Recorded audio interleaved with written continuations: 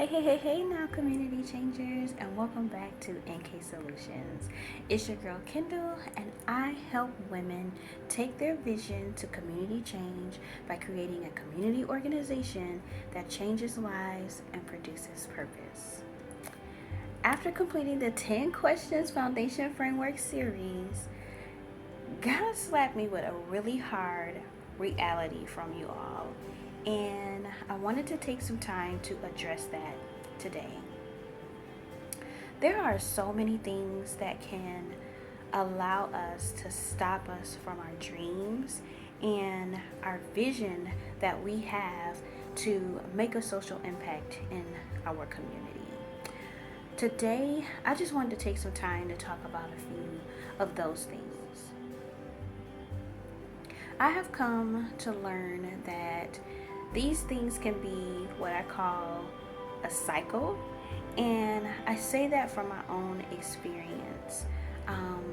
Long story short, your girl done been through some things that have kind of halted her from a lot of progress in life. But when I finally got tired of being stuck, stagnant, unfulfilled, feeling like I had absolutely no purpose, I had to do something because your girl was falling into a depression, and that is just not what it was for. I felt like all I was doing was being a wife, being a mom, working my 9 to 5, and I still just felt unfulfilled. I felt purposeless, but I still had this burning desire to want to make a change, to be a impact in my community. And so, because I was just tired of being in this stuck, stagnant situation and feeling purposeless and worthless, when I knew this can't be true. Like, I have so much to give. I decided to start my own community organization, and this was the beginning of what I call the cycle. Okay, so what do you usually do when you want to start something that you know nothing at all about, or you know little to no information? You do research, and most of the time you do research on YouTube University, and either you get so much knowledge that you don't know what to do with it, or you get limited information and you find yourself right back at square one. Well, for me, I had so much knowledge on how to start an online ministry that I got overwhelmed. I also got analysis paralysis, and it kind of put me in a halt. I don't know about you, but when I get too much information, I'm just like, wait a minute, stop. Y'all gotta hold on. And that is literally what I did. I held on. And this is just one of the elements of what I call the cycle. You don't know where to begin because you have a lack of knowledge, which causes you not to even start, or you consume so much information like I did, and you start moving forward, and then you do some more research, and then you're like, oh, that ain't gonna work, so you scratch that out, then you start all over from scratch, and then you just find yourself in this circle, right? And so, because you find yourself in this circle, you begin to feel overwhelmed with all the information that you retained, or all the information that you didn't get because you still don't know what you're supposed to do. This is another factor that enables us to move forward on our vision, okay? Feeling overwhelmed just makes you want to stop. And it can also lead to procrastination, which is another factor that enables us to move forward in our community organizations. Once I moved past the analysis paralysis and feeling overwhelmed and procrastinating, I finally mustered up enough strength to move forward, and I was able to start my online ministry by posting devotionals on Instagram, which I got a lot of positive feedback, which really gave me enough courage to create my very first resource. However, even though I started my very first resource in my online ministry, that completely flopped. I had less than 5 people partake in the resource out of the almost 500 followers I had. I felt unsupported. I felt defeated. And I felt like a failure. I did. I'm not even gonna lie to you. The outcome was not outcoming, okay? And these are also things that can enable us from moving forward with our visions to make that impact in our community, because sometimes we do things and they don't come out the way that we expected, and we get discouraged. We feel defeated. We feel like, okay, well, maybe what I thought y'all needed, y'all didn't really want, and I'm gonna just be quiet. I'm just not gonna say nothing. But that is so not true. When you feel like you have no support and nobody's listening, and that you failed or the outcome didn't turn out the way you wanted it to, you might have the urge to want to give up. And I don't want you to feel that way if this has happened to you with anything that you have decided to start in regards to your community organization. I will tell you that even as defeated as I felt, I didn't give up. Yes, your girl decided she was just going to keep on going. So here I go. Now, can you believe I'm about to add some more things to what I call the cycle that can keep us from starting and keep us from wanting to continue with our community organizations? Because I am.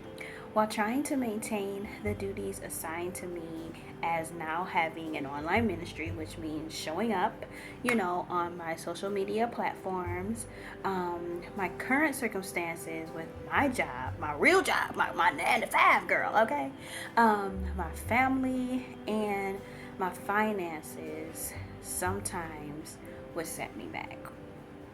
And I wasn't always able to be as consistent as I wanted to be, because once again, I went back to the research drawing board and would get information to move me forward an inch, but it wasn't the mile that I really, really needed that can give me that head start, that can give me that oomph, that push, that just get me ahead. My finances enabled me from being able to invest in a lot of the courses or mentorship that I wanted, so that I could continue to learn how to advance my online ministry. And although my audience loved what I was offering, I often found myself wanting to know how I could reach more people. So this is why I wanted to invest in myself, but because of my current financial status, I wasn't able to do that. And so what I decided to do, which was really, really dumb, was try and do this the freebie way, right? And I started looking at what other people were doing that were kind of in the same, what you call niche as me. And let me tell you, look, I began with the comparison game. Honey, if you start comparing what you doing in your organization to what somebody else is doing in their organization, run for the hills, okay? Just run for the hills. Look the other way, because comparing yourself, there's nothing wrong with going to your competitors to see, what's working, what's not. But when you start comparing yourself, let me just tell you that comparison had me halted all completely in my ministry, and that is not good. It made me feel inadequate, and it made me feel like the content and the resources that I was putting out just wasn't good. I decided to launch a blog, which once again I had less than 5 people read my blog. And again, I felt very defeated. And not only did I go back into that cycle of feeling defeated and inadequate, but I was also had this comparison thing going on. And I just felt like, okay, maybe this ain't what God told me to do. Maybe I ain't supposed to be doing this because ain't nobody listening. I only got the same 5 people that I support is coming back to pay it forward. That literally that's what it is, you know? And I felt truly defeated. Let me tell you this. The green-eyed bandit called comparison could destroy the gifts and the talents that you have to offer to your community. And literally, that is what it was doing. It halted my creativity. It halted the Holy Spirit to just truly download in me what He wanted me to get out there to the community I wanted to serve. And what I want you to know is that God gave you a story. He gave you special talents. He gave you special gifts that you have to offer your community. And He designed those things to come from you the way He wants them to come from you, because there is somebody out there that can only receive it if it comes from you, because of your story, because of how you deliver your talents, because of how you deliver your gifts. It don't matter if Susie on the other side doing the same thing. Susie on the other side don't have the same story you have. Susie on the other side don't have the same gifts and talents that you have. Y'all may be doing the same thing in the same niche, but y'all delivery is totally different. And people that gravitate to Susie are the people that God wanted to gravitate to Susie. But the people that gravitate to you for whatever it is that you have to offer is because God wanted you to deliver it that way. He knew that those people were going to receive that. And you have to keep that in mind. So I know I went on a little rant, but let me get back to all of the things that just continue to try to prevent me from moving forward in my community organization and continuing with what God wanted me to do. Excuse me. So not only did, like I told you, like sometimes my family situations, my finances, things of that nature would kind of allow me to be inconsistent with what I was trying to do. But God had another thing for me and my family. And here goes our current circumstances putting a little monkey wrench in our plans. And this monkey wrench for me was moving 1,600 miles away from everything that I knew. And not only that, but moving me to a place where the freedom that I had to kind of move forward in my organization and to keep it running, to keep it going, I no longer had. I went from working a regular 40-hour week, sometimes doing, some part-time, odd-time jobs, to working 76 hours a week. Our current family circumstances, my time, and my work schedule caused me some huge hurdles. And sometimes you may find that for yourself. Sometimes you might say, well, with everything that my family got going on, my kids got this going on, my husband got this going on, even if you are a single mom and you have no support, but you want to do this organization thing, you may find that time could be a hurdle for you. Needless to say, because of this, my ministry was at a complete and utter halt, and I didn't know what to do. All the things that I named, my lack of knowledge, the analysis paralysis that I experienced in the beginning, being overwhelmed, procrastinating, my limited finances to where I wasn't able to invest in myself to try and, advance what I did know and the knowledge that I did know so that I could reach more people in my ministry. Being overwhelmed, procrastinating, and more than anything, my defeated outcomes of some of the things that I was trying to do, they all played a part in this cycle, and this cycle led me to feel like I was a failure. And it led me to feel like I was a failure in my ministry because I had completely halted. I completely stopped.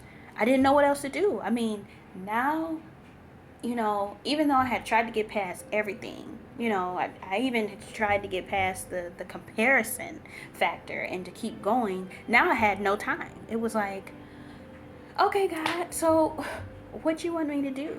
And this continued to play in this cycle for me. And it might play in the cycle for you. And what I found was that cycle brought up a lot of memories of my past. And it left me in an ambivalent state of, do I go? Do I continue this thing, or do I just completely stop? Do I just give up? And the reason why I thought about giving up is because, like I told you, my ministry was at a halt. And it reminded me of everything that I hadn't finished in my life. Like becoming a doctor, getting my bachelor's degree, not being able to be accepted in school for who I was, and feeling like I need to be something else. Here we go with that comparison thing. And those memories led me down a road of self-doubt and self-limiting beliefs that made me feel like I couldn't move forward in my ministry. And that depressed me. It really did. Not only that, I'm in a totally new environment, and all of the support and all the things that I did used to have, I didn't have them as much as I used to anymore. And so this caused me to be very fearful in continuing my online ministry. But I want to tell you this. The reason why I am able to sit before you today and make this video and encourage you to move forward with your vision that you have in your heart, to start your community organization or to continue with it, is because of people like you. People like you poured into me. People like you that started a community organization is what completely changed my life. I can name in so many ways how I have been a part of community organizations that have allowed me to sit before you to this day.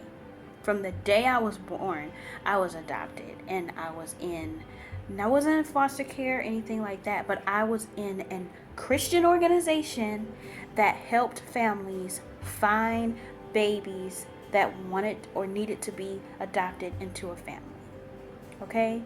And my entire life has been supported and uplifted and just changed because people like you started an organization for little folks like me, so that I could stand here before you today and be able to encourage you and to be able to know the power that you have within yourself that's going to change somebody's life.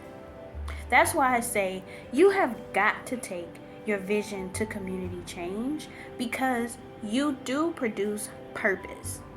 And not only are you producing purpose for that other person, but you're producing purpose for yourself.